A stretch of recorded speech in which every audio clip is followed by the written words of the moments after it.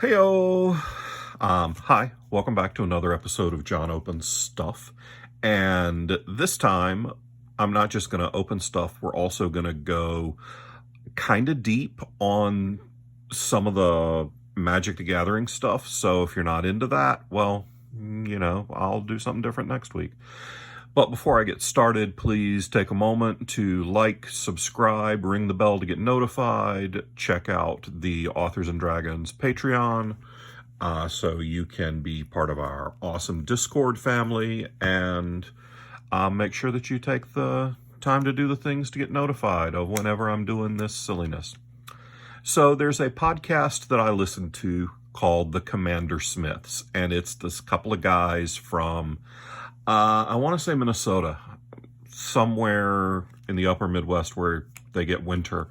And they're cousins, both named Smith, and they talk about the Commander format of Magic the Gathering, which is what I play mostly.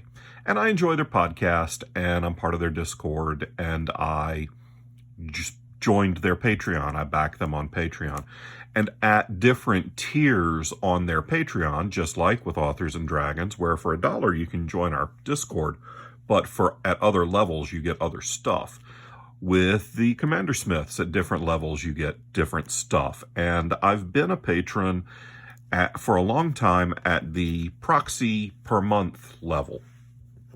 Now, in Magic the Gathering, there are a lot of Magic cards. See, look, there's one. There's another. There's another. There's a friggin' stack. When you're building a deck, you decide what cards you want in your deck. Well, there's a pretty wide disparity of prices in Magic decks. I know, this surprises literally no one, right? Well, let's take a look. This is my Sithis Commander deck. And just, let's just take a look at a few things in here. This is a full art foil exploration. It goes for about $30. This is a Phyrexian text foil Elish Norn. I think it goes for about $20 right now. This Satyr Enchanter, I think, goes for $25. This Savannah's a couple $100 now. So while I have a lot of great cards and a lot of old cards, because I'm old and I've been playing the game a long time, I also don't have infinite money.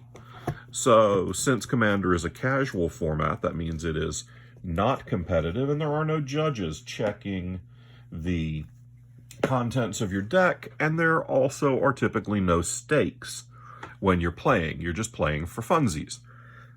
So most people don't mind if you want to take a $200 or $300 card and make a proxy of it.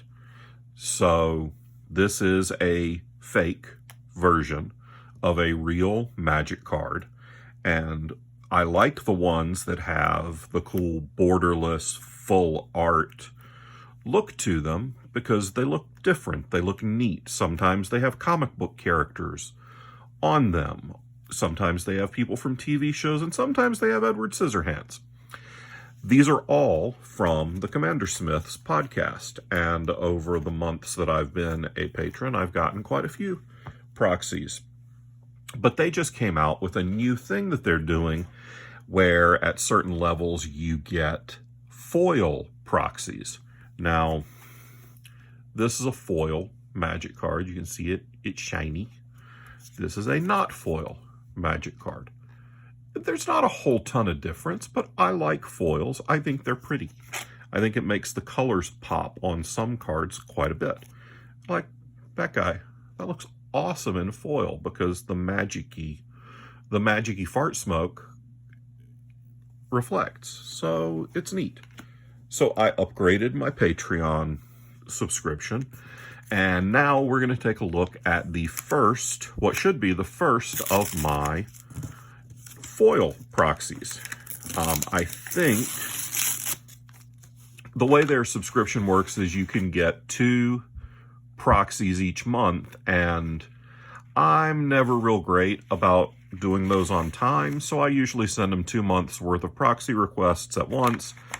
So if I remember right, I said send me 2 non-foil proxies for the month of December, which was before I upgraded my subscription, and then send me 2 foil proxies for January because I have upgraded my subscription by now. So let's take a look and see what we got. There should be 2 foil and 2 non-foil. And no, I do not remember which ones I ordered. Okay, so here's a foil Bolus's Citadel. That's a cool-ass proxy. That looks great. And the way, I don't really know how they make these. I like the fact that you can, no one who's ever handled a Magic card and paid real money for it would ever mistake this for anything other than a proxy upon touching it. It doesn't feel like an authentic Magic card, and I prefer that. I do have some proxies that look just like normal Magic cards. Looking across the table at this Force of Negation, if you weren't really eyeballing the set symbol, you wouldn't know that this is a proxy.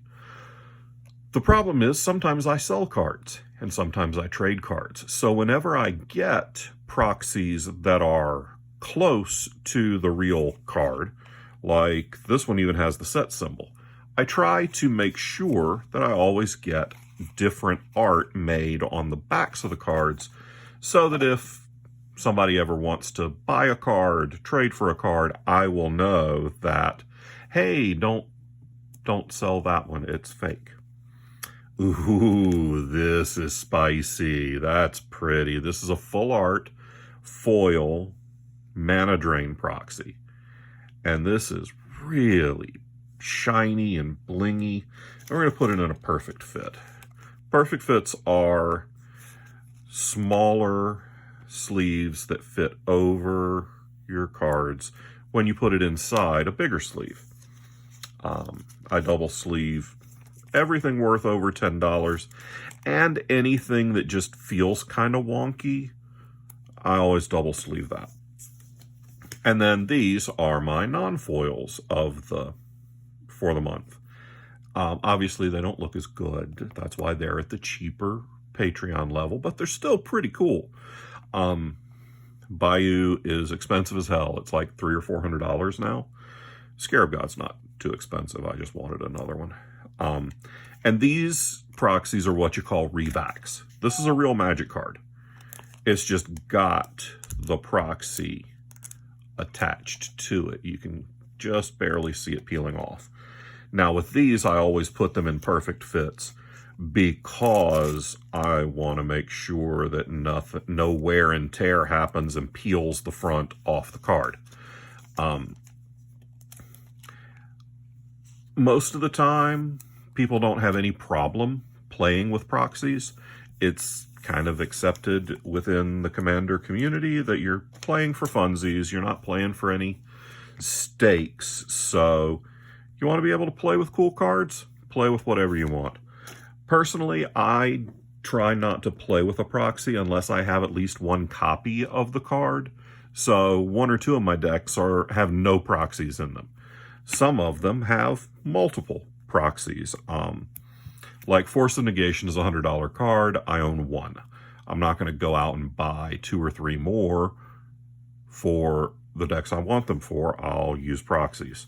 So, I'm assuaging my conscience for technically violating, not even technically, for violating Wizards of the Coast's intellectual property rules.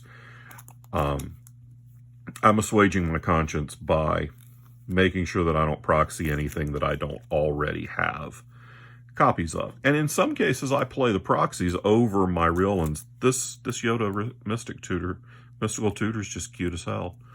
I'd probably rather play this than one of the others. And I love the Edward Scissorhands Esper Sentinel.